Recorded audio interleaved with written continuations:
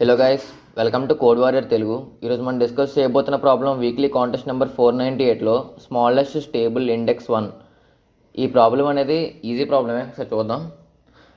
ఒక certain index దగ్గర ఆ సెర్టెన్ ఇండెక్స్ నుంచి లెఫ్ట్ సైడ్ ఉన్న వాల్యూస్ అన్నిటిలో మ్యాక్సిమం వాల్యూ, ఓకే. ఆ సెర్టెన్ ఇండెక్స్ నుంచి రైట్ సైడ్ ఉన్న వాల్యూస్ అన్నిటిలో minimum value.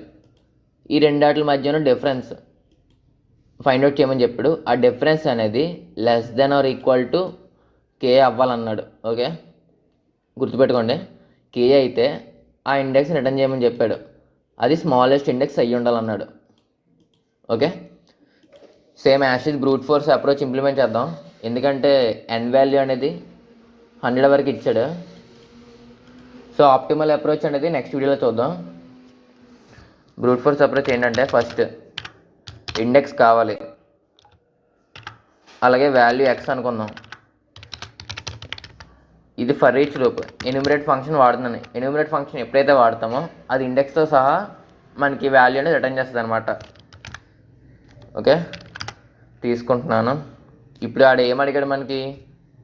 Left side maximum element, max of నమ్స్ of i+1 వరకు పెట్టుకోవాలి. ఎందుకంటే ith ఇండెక్స్ కూడా కన్సిడర్ చేసుకోవాలన్నమాట మనకి. తర్వాత మినిమం ఎలిమెంట్ ఫైండ్ అవుట్ చేయాలి. ఇందులో నమ్స్ ఆఫ్ ith లొకేషన్ నుంచి చివరి వరకు. ఇది స్లైసింగ్ అంటారు అనమాట ఈ మెథడ్ని. ఇలాగా మనం ఈస్ట్ పెట్టుకుంటే ఈ వాల్యూ అనేది less than or equal to K అయితే ఆ ఇండెక్స్ని రిటర్న్ చేయమని చెప్పాడు. లేకపోతే -1 రిటర్న్ చేయమని చెప్పాడు. అంతేనా? రన్ చేస్తాను ఒకసారి, సబ్మిట్ చేస్తాను చూడండి.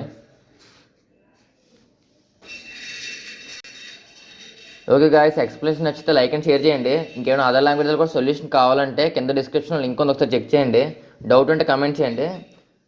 రోజు నాతో కలిసి లీడ్ కోడ్ అండ్ జిఎఫ్జిలో ప్రాబ్లమ్ సాల్వ్ చేయాలనుకుంటే ఛానల్ ఇప్పుడే ఫాలో చేయండి గాయస్. మేక్ షూర్ కన్సిస్టెంట్గా సాల్వ్ చేయాలనుకుంటేనే ఫాలో కొట్టండి. That's it for today guys.